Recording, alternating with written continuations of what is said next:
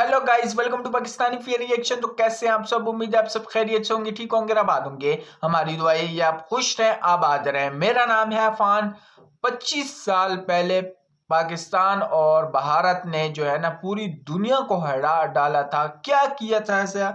तो आज हम जानेंगे। इसका ओरिजिनल लिंक आपको मिल जाएगा डिस्क्रिप्शन में। बहुत कमाल की वीडियोस बनाते हैं। तो बिना किसी देरी के काउंटडाउन करते हैं 3 2 1 एंड स्टार्ट। 25 साल पहले भारत और पाकिस्तान दोनों देशों में कुछ ऐसा हुआ था जिसने पूरी दुनिया को शॉक कर दिया। दोनों देशों ने न्यूक्लियर बॉम्ब्स टेस्ट किए और ये डिक्लेयर कर दिया कि यस, हम न्यूक्लियर पावर्स हैं। पाकिस्तान के पास न्यूक्लियर बॉम्ब्स आए कैसे? कहानी काफी इंटरेस्टिंग है और एज इंडियंस हमें ये कहानी समझनी काफी जरूरी है। बट क्यों? क्योंकि आज पाकिस्तान को चारों ओर से खतरा है। अंदर से सिविल वॉर का खतरा, चाइना से डेट का खतरा और तालिबान का भी खतरा। पाकिस्तान एक लौता देश है जो न्यूक्लियर पावर भी है और इतना अनस्टेबल भी। पाकिस्तान के न्यूक्लियर्स अगर गलत हाथ में पड़े तो पूरी दुनिया को खतरा है। ये है हमारी सीरीज पाकिस्तान एक्सप्लेन, जहां हम हमारे पड़ोसी देश को गहराई से समझने की कोशिश करते हैं। अगर आपको ये वीडियोस इंटरेस्टिंग लगते हैं तो चैनल को सब्सक्राइब कीजिए। ये आपके लिए तो फ्री है, लेकिन इससे हमारी बहुत हेल्प होती है। Chapter 1, toxic competition. भारत और पाकिस्तान दोनों देश सिर्फ नेबर्स नहीं है। स्पोर्ट्स से लेकर स्पेस तक हर बात एक रेस में, एक कंपटीशन में कन्वर्ट हो जाती है। ये एक फैक्ट है। हिस्ट्री ये है कि 1962 में हम चाइना से वॉर हार गए थे। हम प्रिपेयर्ड नहीं थे और हमने चाइना को अंडर एस्टिमेट किया था। 16 अक्टूबर 1964 को चाइना ने अपना पहला न्यूक्लियर टेस्ट किया और इमीडिएटली 1967 में एक हाइड्रोजन बॉम्ब भी डेटोनेट किया। चाइना को हम फॉर ग्रांटेड नहीं ले सकते थे, इसीलिए ऑपरेशन स्माइलिंग बुद्धा की शुरुआत हुई और 1974 में हमने बुद्ध पूर्णिमा के दिन पोखरण 1 में न्यूक्लियर बॉम्ब टेस्ट किया। जब ये टेस्ट सक्सेसफुल हुई तब हमारे पीएम इंदिरा गांधी को ये मैसेज पहुंचा, बुद्धा इज स्माइलिंग। लेकिन एक इंसान था जो खुश नहीं था, पाकिस्तान का पीएम जुल्फिकार अली भुट्टो। उन्होंने तो 1965 में ही कह दिया था, if India builds the bomb we will eat grass और leaves, even go hungry, but we will get one of our own. We have no alternative। ये एक लाइन उनके आने वाले 30 सालों की स्ट्रैटेजी एक्सप्लेन करता है। देखा जाए तो न्यूक्लियर टेस्ट चाइना को बैलेंस करने के लिए हुई थी, लेकिन पाकिस्तान की आर्मी और लीडरशिप को किसी भी हाल में न्यूक्लियर पावर बनना था। इस बैकड्रॉप के साथ आते हैं हमारी कहानी के पहले सबसे इम्पोर्टेंट किरदार पर, डॉक्टर A.Q. खान। ये पाकिस्तान के लिए एक हीरो है, लेकिन दुनिया के लिए एक विलन। क्यों? क्योंकि उन्होंने पाकिस्तान के साथ साथ ईरान, लिबिया और नॉर्थ कोरिया के लिए भी न्यूक्लियर बॉम्ब बनाया और इससे ढेर सारे पैसे भी कमाए। Chapter 2, A.Q. खान की कहानी। A.Q. खान की लाइफ पर एक पूरी मूवी बन सकती है। उनका जन्म भोपाल मध्य प्रदेश में हुआ पार्टीशन के पहले। पार्टीशन भारत और पाकिस्तान के इतिहास का सबसे दर्दनाक चैप्टर था। भारत पाकिस्तान पार्टीशन के दौरान दोनों देशों से 10 लाख से ज्यादा लोग मारे गए और न जाने कितने लापता हो गए। लोगों की फैमिलीज उजड़ गई, घर जल गए और दोनों देशों के लोगों ने एक दूसरे को इसके लिए ब्लेम किया। सच तो यह है कि फॉल्ट ब्रिटिशों का था, लेकिन वो तो भाग गए, छोड़ गए कई घाव। A.Q. खान ने बचपन में देखा कि जो ट्रेनें भारत से पाकिस्तान जा रही थी उनमें मुसलमानों को मारा जा रहा था। ट्रेन से पाकिस्तान जाते जाते उनके साथ भी एक इंसिडेंस हुआ जिसने उन पर एक लंबी छाप छोड़ी। एक इंडियन पुलिस ऑफिसर ने ट्रेन में उनका सोने का पेन चुरा लिया। फिर उन्हें ऐसा लगने लगा कि सारे हिंदू चोर होते हैं। आगे जाकर वो बर्लिन गए और उन्होंने एक डच लड़की से शादी कर ली। उनकी वाइफ लोकल थी तो उन्हें नेदरलैंड्स में FDO नाम की एक कंपनी में न्यूक्लियर एनर्जी के सीक्रेट काम करने के लिए क्लियरेंस मिल गया। खान FDO के लैब्स में बिना सिक्योरिटी क्लियरेंस के घूमते थे। वो न्यूक्लियर कन्वेंशंस और ट्रेड शोज में जाके वेंडर्स से बातचीत करते थे। FDO got a manufacturing contract to make centrifuges that make uranium for nuclear devices. और सेंट्रीफ्यूज के डिजाइन्स जर्मन में थे। A.Q. खान जर्मन फ्लुएंटली बोलते थे, इसीलिए उन्हें ट्रांसलेशन का काम मिला और ट्रांसलेट करते करते उन्होंने ब्लूप्रिंट्स के फोटोज भी ले लिए और टेक्निकल डिटेल्स नोट डाउन कर लिए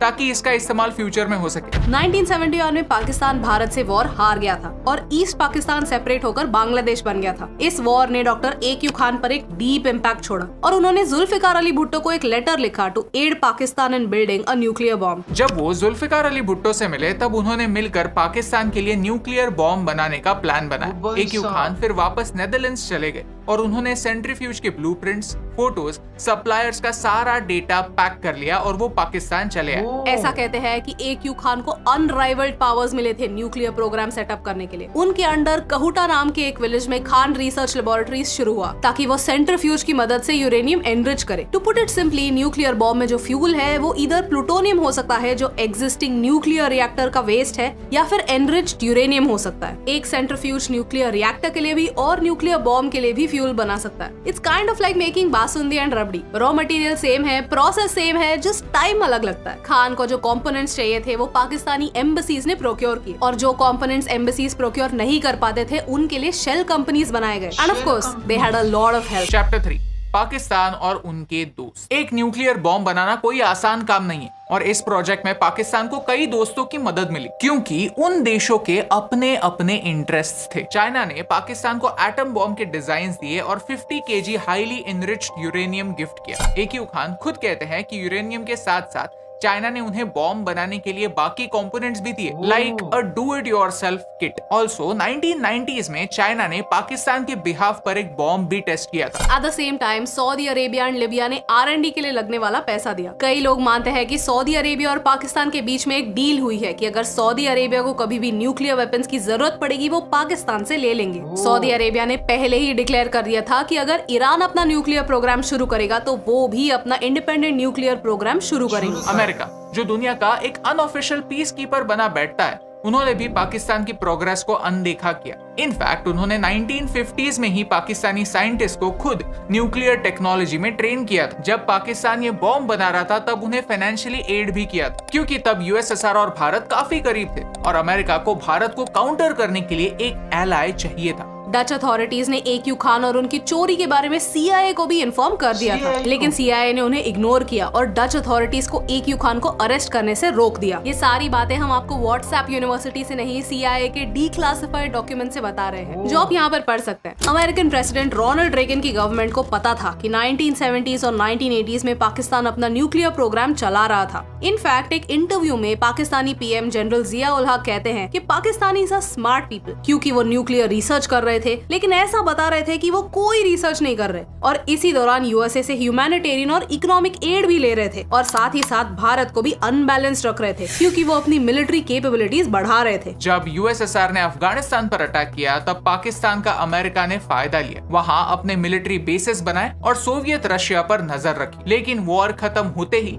उन्होंने पाकिस्तान पर ही सैंक्शंस लगाए। ये बात हमें बार बार रिमाइंड करती है कि जैसे ब्रिटिशों ने भारत और पाकिस्तान दोनों देशों का फायदा लिया, वैसे ही आज वेस्टर्न देश भी करते आए। हम दो देशों को वॉर से दूर रखने के बजाय वॉर के और नजदीक ला रहे हैं। इसमें उनका फायदा है और हम दोनों देशों का नुकसान। चैप्टर 4, 1998 का साल। मई 1998 एक काफी सिग्निफिकेंट मंथ था। 11th एंड 13th मई को भारत ने न्यूक्लियर टेस्ट किए एंड 27th एंड 28th मई को पाकिस्तान ने न्यूक्लियर टेस्ट किए। इन टेस्ट्स की स्टोरी काफी इंटरेस्टिंग है। 11th मई को जब भारत ने न्यूक्लियर टेस्ट किए तब पाकिस्तान के prime minister Nawaz Sharif Kazakhstan में थे। वो वापस आए और उन्होंने अपने फॉरेन सेक्रेटरीज, मिलिट्री पर्सनल और साइंटिस्ट के साथ एक मीटिंग की। इस मीटिंग में उन्होंने एक डिसीजन लिया कि आगे क्या करना चाहिए। उनके पर्सपेक्टिव से भारत के न्यूक्लियर टेस्ट एक क्लियर प्रोवोकेशन थे जिसने बैलेंस ऑफ पावर पलट दिया था। पाकिस्तानी पॉपुलेशन ने भी उनके लीडरशिप पर प्रेशर डाला कि यस, न्यूक्लियर टेस्ट करने चाहिए। अब न्यूक्लियर टेस्ट कहाँ करने चाहिए? पाकिस्तान ने बलूचिस्तान की चगी को चुना क्योंकि वहाँ के माउंटेन्स में हार्ड रॉक था जो ब्लास्ट विथस्टैंड कर सकता था। न्यूक्लियर टेस्ट की तैयारी काफी समय से चल रही थी क्योंकि न्यूक्लियर टेस्ट के लिए अंडरग्राउंड टनल्स बनाने पड़ते हैं, लोगों को इवैक्यूएट करना पड़ता है और ये काम 10-15 दिनों में नहीं हो सकता। अब क्योंकि पूरी दुनिया की नजर पाकिस्तान पर थी, वो अपने न्यूक्लियर बॉम्ब को चगी डायरेक्टली नहीं ले जा सकते थे। उन्होंने पार्ट्स में ले जाकर वहाँ असेंबल किया और फाइनली उन्होंने 27th मई को अपना न्यूक्लियर डिवाइस टेस्ट किया। उनके साइंटिस्ट कहते हैं कि डेटोनेशन के बाद कुछ समय तक उन्हें कुछ दिखाई नहीं दिया। कुछ समय बाद धुआं ही धुआं हुआ और चगी के माउंटेन्स गोल्डन हुए। इन गोल्डन माउंटेन्स को देखकर साइंटिस्ट को पता चला कि टेस्ट सक्सेसफुल था। उनके साइंटिस्ट क्या कहते हैं सुनिए। And this is a feeling shared by all my colleagues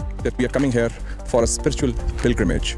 There's new hope confidence and faith in the future among the people of Pakistan after this historical technological achievement which was made possible by Pakistan scientists. Chapter 5 nuclear war का danger. Pakistan के nuclear test के बाद south Asia दुनिया का सबसे बड़ा nuclear conflict zone बन गया था और पूरी दुनिया में डर था कि यहाँ पर एक न्यूक्लियर वॉर हो सकता है। One of the lines that Nawaz Sharif said after Pakistan nuclear test stuck with me. Bharat ने जो एटमी तजुर्बात किए हैं हमने उसका भी हिसाब चुका दिया है, लेकिन ये बातें सिर्फ बातें लगती हैं, क्योंकि 19 फरवरी 1999 को हमारे पीएम अटल बिहारी वाजपेयी जी अमृतसर से एक बस लेकर लाहौर पहुंचे दो देशों में दोस्ती का हाथ बढ़ाने के लिए। ये कदम दो न्यूक्लियर पावर्स के लिए काफी इंपॉर्टेंट था। उन्होंने लाहौर डिक्लेरेशन भी साइन किया जिसमें कई पीस क्लॉजेस थे कि वो एक दूसरे के देश में इंटरफियर नहीं करेंगे, डायलॉग्स कंटिन्यू करेंगे ताकि दोनों देशों में पीस हो, एक्सीडेंटल न्यूक्लियर वेपन यूज ना हो, इस पर भी बात हुई थी। लेकिन क्या पाकिस्तानी आर्मी पीस के बारे में सिंसियर थी? नहीं। कुछ ही दिनों बाद पाकिस्तानी सोल्जर्स ने एलओसी के इंडियन साइड पर कारगिल में इंपॉर्टेंट पोजीशंस कैप्चर किए थे जिनसे वो भारत पर अटैक कर सकते थे। सोचिए, अगर पाकिस्तान का न्यूक्लियर बॉम्ब असल में एक पीसफुल एक्सपेरिमेंट होता तो कुछ ही समय बाद लाहौर डिक्लेरेशन होने के बाद भी पाकिस्तानी मिलिट्री भारत पर अटैक ना करती तो न्यूक्लियर आर्म्ड देशों में कॉन्फ्लिक्ट ना बढ़ाते। वो कहते हैं कि भारत की वजह से उन्हें न्यूक्लियर टेस्ट करने पड़े, लेकिन हर बार उन्होंने ही पहला वार किया। उनके जनरल जियाउल हक की स्ट्रेटजी थी to bleed India by 1000 cuts. Pakistan Punjab और कश्मीर में मिलिटेंसी को बढ़ावा देता है, खालिस्तानी सेपरेटिस्ट को सपोर्ट करता है। Chapter 6 conclusion. न्यूक्लियर टेस्ट्स को 25 साल हो गए, अब आगे बढ़ते हैं। सोचते हैं कि ऐसे दो देश जिनके पास न्यूक्लियर वेपन्स हैं वो आज कहाँ हैं? इसका कंक्लूजन हम देने से अच्छा है हम आपको कुछ सवाल पूछे और इनका कंक्लूजन आप ही अपने मन में ढूंढे। न्यूक्लियर टेस्ट के 25 सालों बाद किस देश में इंस्टेबिलिटी है? किस देश में न्यूक्लियर वेपन्स टेररिस्ट के हाथ लगने का ज्यादा खतरा है? किस देश की पूरी दुनिया को चिंता है? किस देश के लीडर्स ओपनली कहते हैं कि हमारे एक हाथ में कटोरा है और दूसरे हाथ में न्यूक्लियर वेपन्स? कौन से देश के लीडर्स इंटरनेशनल फोरम्स पर जाकर कहते हैं कि एक न्यूक्लियर पावर को उकसाना ठीक नहीं? कौन सा देश है जो एक साइड पे मिलिट्री फंडिंग बढ़ाता है और दूसरे साइड पे इंटरनेशनल एड की राह देखता है? कौन से देश के साइंटिस्ट सिर्फ अपने देश के लिए नहीं दूसरे देशों के लिए भी न्यूक्लियर बॉम्ब्स बनाते हैं, उनके साथ सीक्रेट्स शेयर करते हैं और नॉर्थ कोरिया जैसे देश को न्यूक्लियर बॉम्ब्स देकर पूरी दुनिया को अनस्टेबल बनाते हैं? इन सवालों के जवाब जब आपके मन में क्लियर होंगे तब आपको पता चल जाएगा कि कौन से देश ने न्यूक्लियर पावर का इस्तेमाल पीस के लिए किया और कौन से देश ने प्रॉफिट के। और यही इंपॉर्टेंट बात आप तक पहुंचाने से मुझे फर्क पड़ता है। यार देख लिया आपने कि कितनी जो है ना ज़बरदस्त इसने बताया आपको कि यार क्या उसमें कहानी हुई, यार क्या ज़बरदस्त इन लोगों ने एक एक चीज़ बयान की और ऐसे हुआ। न्यूक्लियर पावर है भी और एक हाथ में कटोरा भी है। बिल्कुल भाई ने सही बोला, सच्चाई छुप नहीं सकती। यही बात है कि यार पाकिस्तान जो है ना हर किसी से पैसे कभी एक देश जाता है पैसे लेने, कभी देश इतना न्यूक्लियर पावर होती हुई भी लेकिन स्टेबल नहीं है। अंदर धंधे हो रहे हैं, बाहर जो है ना पाकिस्तान के बाहर भी धंधे हो रहे हैं। पाकिस्तानी नाम जिधर भी जाओ ना, किसी भी मुल्क जाओ तो हम लोग कहते हैं कि हम पाकिस्तानी हैं, तो उनको कहा जाता है कि यार उनकी इज्जत नहीं की जाती, उनको ये नहीं कहा जाता। हालांकि पावरफुल देश है, हर एक चीज़ है थी, लेकिन ऐसा इन लोगों ने बदनाम हो गया नाम। अब जो है ना पाकिस्तानी बच्चे क्या कहते हैं, जब किसी भी मुल्क जाते हैं तो वो कहते हैं हम इंडियंस हैं। जब वो कहते हैं ना कि हम इंडियंस हैं, किसी भी बंदे को कहते हैं तो हम वो इज्जत करते हैं इंडियंस की। क्यों इज्जत करते हैं? उनका जो है ना एक हर एक चीज़ का एक लेवल है, हर एक चीज़ उनको पता चल रही है कि इंडिया कितना आगे बढ़ चुका है। और इंडिया जो है ना लड़ाई झगड़े नहीं चाहता, इंडिया जो है ना वो स्टेबल हो चुका है। अब जो है ना पासपोर्ट, आपकी पासपोर्ट की बात की जाए तो इंडिया पाकिस्तान का सबसे गंदा तरीन जो है ना पासपोर्ट बन चुका है। और इंडिया में कई ऐसे देश हैं जो फ्री जा सकते हैं। और यार ये एक अलग चीज़ है, वह ना न्यूक्लियर पावर दोनों जो है ना देश हैं, हर एक चीज हर दोनों के पास अपने अपने वो है। लेकिन यार पाकिस्तान और इंडिया जो है ना अलग हो चुके थे, एक साथ हुए और हमेशा हमेशा बात यही की जाती है कि इंडिया वॉर में पहले आता था, मतलब पहले वो करता था। आपका क्या कहना है कमेंट सेक्शन में ज़रूर बताएं। तो आज के लिए इतना ही, तब तक के लिए अपना ख्याल रखिएगा, बाय।